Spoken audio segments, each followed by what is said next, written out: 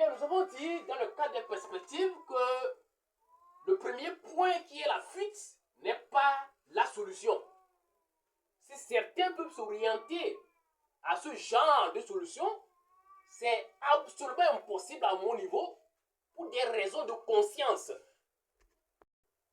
Donc je disais, la fuite n'est pas la solution, surtout pour des raisons personnelles, puisque la vision de mon engagement entrepreneurial n'est pas strictement moi, mon enrichissement, n'est pas mon bien-être, mais le bien-être, le mieux-être des producteurs. Alors, en disparaissant, est-ce que la situation actuelle qui est là, c'est du mieux-être pour eux? C'est du bien-être pour eux? C'est vrai, on a eu à faire des réalisations, on a eu à faire des choses qui sont louables, d'accord? Mais ce n'est pas une question de faire des choses louables et à un moment donné mettre les gens dans une situation déplorable et disparaître. Non! Il faut faire face. Est-ce que vous voyez?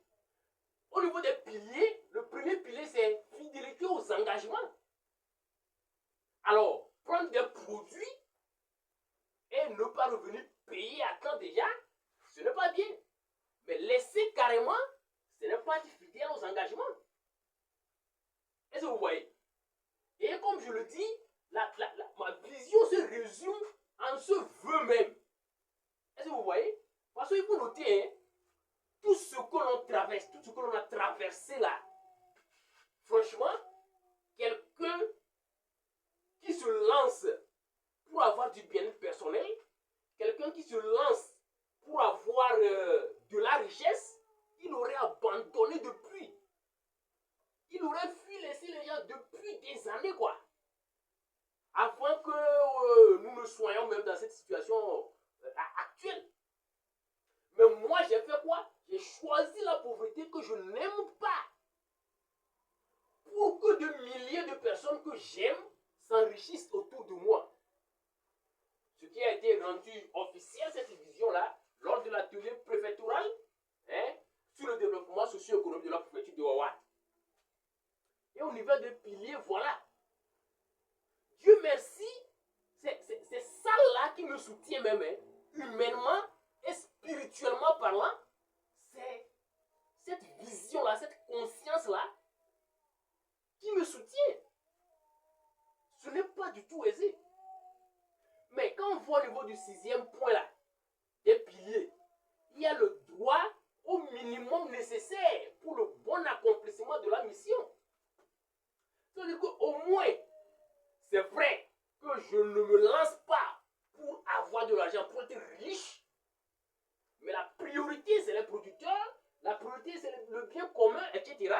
Et tout doit se passer dans la vérité, dans la transparence, dans la fidélité aux engagements, etc., sans discrimination négative aucune, etc. Il faut quand même que j'ai le minimum nécessaire pour le bon accomplissement de la mission. Sinon, comment pouvoir conduire des gens si on est soi-même sérieusement malade? Si on a soi-même faim? Il faudrait absolument que cette situation s'améliore. Et comme je l'ai dit, entre-temps, je profite de tout ça. Je me dis même que Dieu n'est pas con. Il sait probablement que je suis capable de relater ces réalités, de m'appuyer sur ces réalités pour mener des combats sociaux à grande échelle. C'est pour cela qu'il a permis que cela arrive. Parce que sans ça, bon, ce n'est pas évident que je tienne le langage que je suis en train de tenir aujourd'hui. On a toujours dit l'entrepreneuriat, voilà, c'est ça. Et dire au Togo qu'on a fait, c'est qu'on est paresseux, etc., etc. Je tiens souvent de ces langages lors de mes enseignements. Mais aujourd'hui, est-ce que je suis paresseux? Mais j'ai fait. Ça veut dire que il faut voir que est-ce que quand on se bat sincèrement, c'est clair qu'on sera à l'abri du besoin, ou bien il y a des choses qui font que on peut beau se battre, on pourra finir dans la misère. des éléments d'analyse. Est-ce que vous voyez?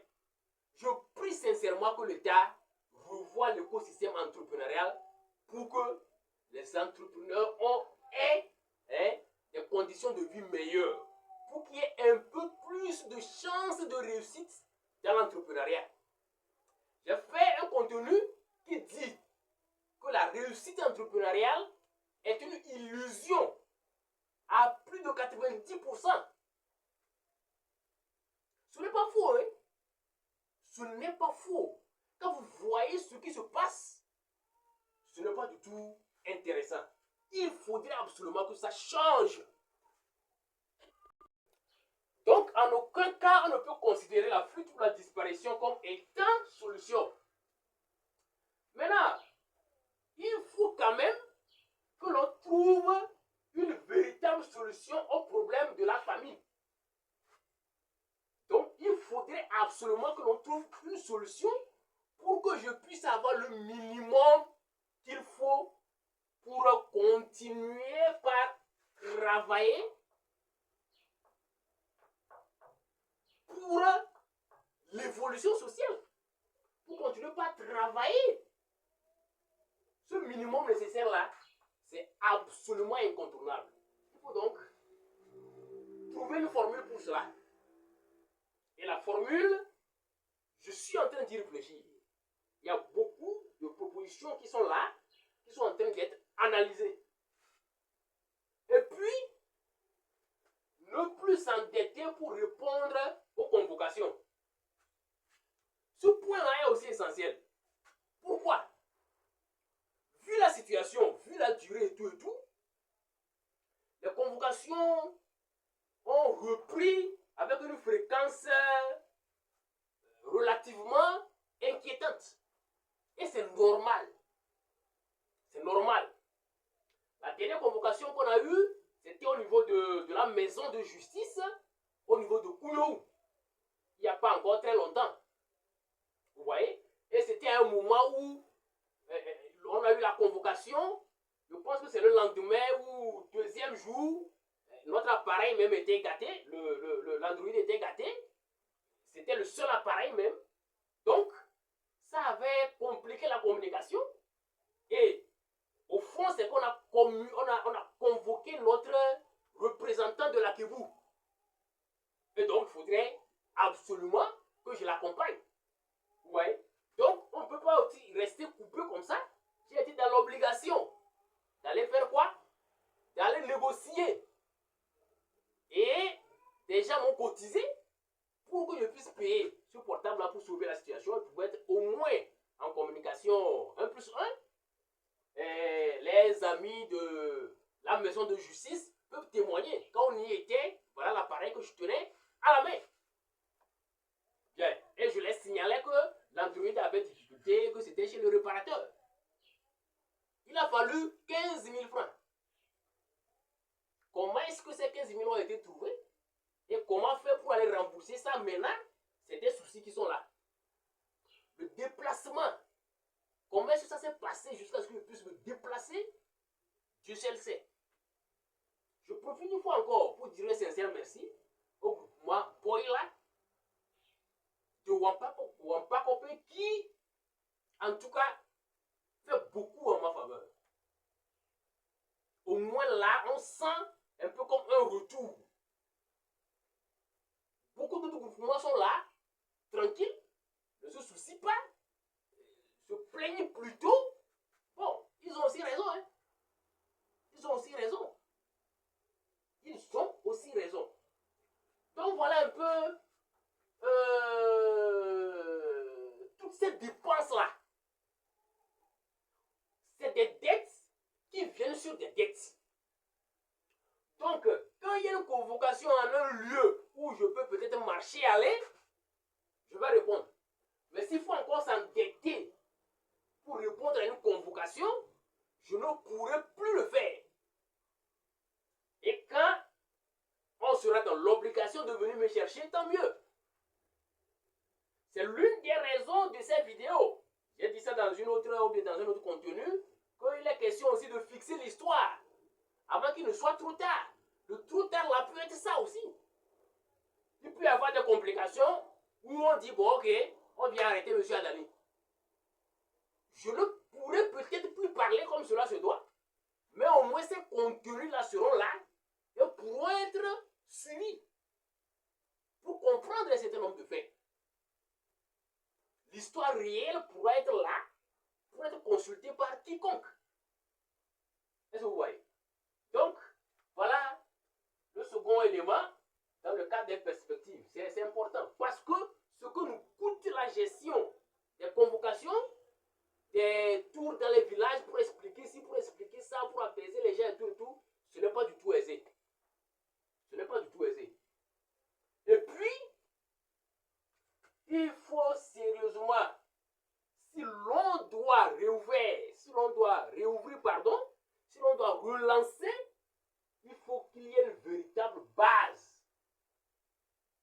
Il faut qu'il y ait une véritable base avec un personnel bien en place, parce que relancer et charger tout ce poids-là sur ma seule tête, franchement, il faudrait que l'on revoie ce côté. Et sur le plan financier, s'engager et puis 1 à 2 ans, ne pas pouvoir tenir, vraiment, on ne peut plus, on ne doit plus aller dans ce sens-là.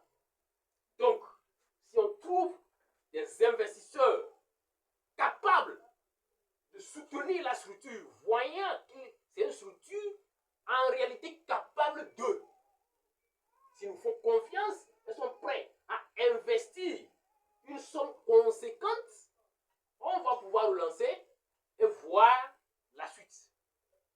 S'il y a une structure, quand je dis investisseur, ça peut être une personne physique, ça peut être une personne morale. D'accord? Ça peut être l'État, etc. Dans tous les cas, il faut que sur le plan financier et sur le plan humain, ressources humaines, que l'on puisse avoir, en tout cas, un niveau élevé de base, un niveau élevé de garantie de pouvoir tenir à long terme avant de pouvoir lancer quoi que ce soit. Autrement dit, de maintenant nous sommes en train de parler, et pour la suite, c'est clair que a été mis entre parenthèses. Entre parenthèses, nous allons continuer quand même dans la recherche des solutions, etc. Nous aurons des actions dans la logique de trouver des solutions. Ça, c'est clair. Mais il faudrait que ce soit bien noté que l'inactivité de 2025 continue. Puisque le bilan 2024 était un bilan de fermeture qui a été déposé, je crois, dans le premier trimestre de 2025.